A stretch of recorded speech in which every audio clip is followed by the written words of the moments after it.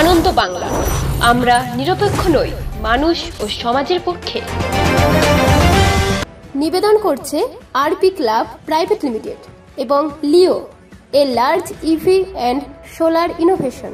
সহ নিবেদক Burdwan Unitech technical institute, যে দেয় চাকরি ও ভবিষ্যতের গ্যারান্টি।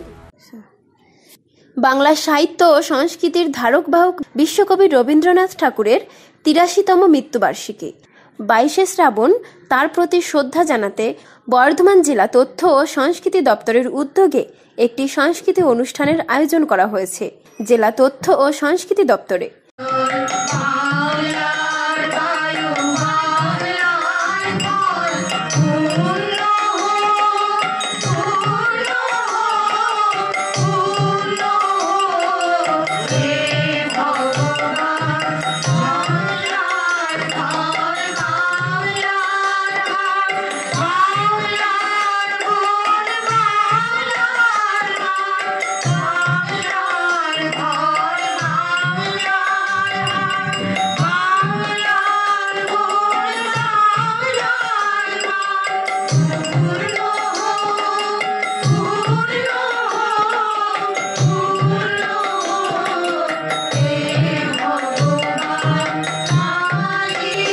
কবিগুরু রবীন্দ্রনাথ ঠাকুর, তিনি তার সৃষ্টিকর্মের মাঝেই অমর হয়ে থাকবেন সকলের মাঝে।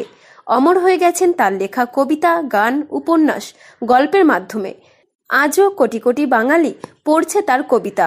রবীন্দ্রনাথ ঠাকুর একাধারে কবি, ঔপন্যাসিক, নাট্যকার, সঙ্গীতজ্ঞ, প্রাবন্ধিক, দার্শনিক, ভাষাবিদ, চিত্রশিল্পী, গল্পকার। আজকের দিনে বিভিন্ন সংগঠন, সংস্থা, সাহিত্য জগতের মানুষজন সাংস্কৃতিক অনুষ্ঠানের মধ্যে দিয়ে রবীন্দ্রনাথ ঠাকুরের প্রতি শ্রদ্ধা জ্ঞাপন করেন। এছাড়াও বাংলা একাডেমি সহ বিভিন্ন প্রতিষ্ঠান ও সংগঠন অনুষ্ঠানের আয়োজন করেন। মধ্যে দিয়ে আমরা কবিগুরুদের প্রতি শ্রদ্ধাঞ্জলি, এটা আমাদের উপলক্ষ, আমাদের প্রত্যেকের দায়িত্ব। রবীন্দ্র চিন্তা ভাবনা, তার যে সাহিত্য, তার কর্মকাণ্ড, তার যে মানুষের প্রতি মানবিকতা, মানুষের ভালোবাসা, এই সব কিছু নিয়ে আমরা যদি মেনে চলতে পারি, তাহলেই মনে হয় আমাদের দিনটা পালন করার মধ্যে প্রতিদিনের প্রতিটি কর্মকাণ্ডের মধ্যে রবীন্দ্রনাথ ঠাকুরের অবদান অস্বীকার করার আমাদের কোনো রাস্তা নেই। সুখে দুঃখে বিরহে সর্বত্র সমস্ত ভাবে, জীবনের সমস্ত ভাবে, সমস্ত প্রকাশে কবিগুরুর অবদান আমরা প্রতিদিন প্রতিনিয়ত অনুভব করি। আজকে যদি আমরা রবীন্দ্রনাথ মানেটা যদি উপলব্ধ করি, আজকে আমাদের বর্তমান জীবনে কি ঘটছে উনি কিন্তু আজ থেকে ১৫০ বছর আগে দেখিয়ে গিয়েছেন। আমরা আমাদের বাচ্চাদের হয়তো এখন মোবাইল ল্যাপটপে সময় চলে যায়, অনেকটা সময়। আমি অনুরোধ করবো আপনাদের রবীন্দ্র রচনাবলী একটু করে বাচ্চাদের সময় করে ফাঁকা টাইম একটু পড়ার। আপনারা সকলেই জানেন, আজকে আনন্দের সঙ্গে জানাই যারা এই প্রকল্পে অন্তর্ভুক্ত হতে এই মুহূর্তে অতিরিক্ত জেলা শাসক সাধারণ মাননীয় অমিয় কুমার দাস মহাশয়,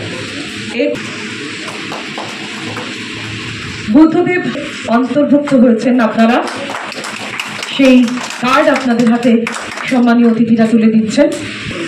আমরা কিন্তু নতুনভাবে যারা অন্তর্ভুক্ত হচ্ছেন লোক প্রশাসন। পূর্ব বর্ধমান থেকে দেবাশিস ঘোষের রিপোর্ট, আনন্দ বাংলা।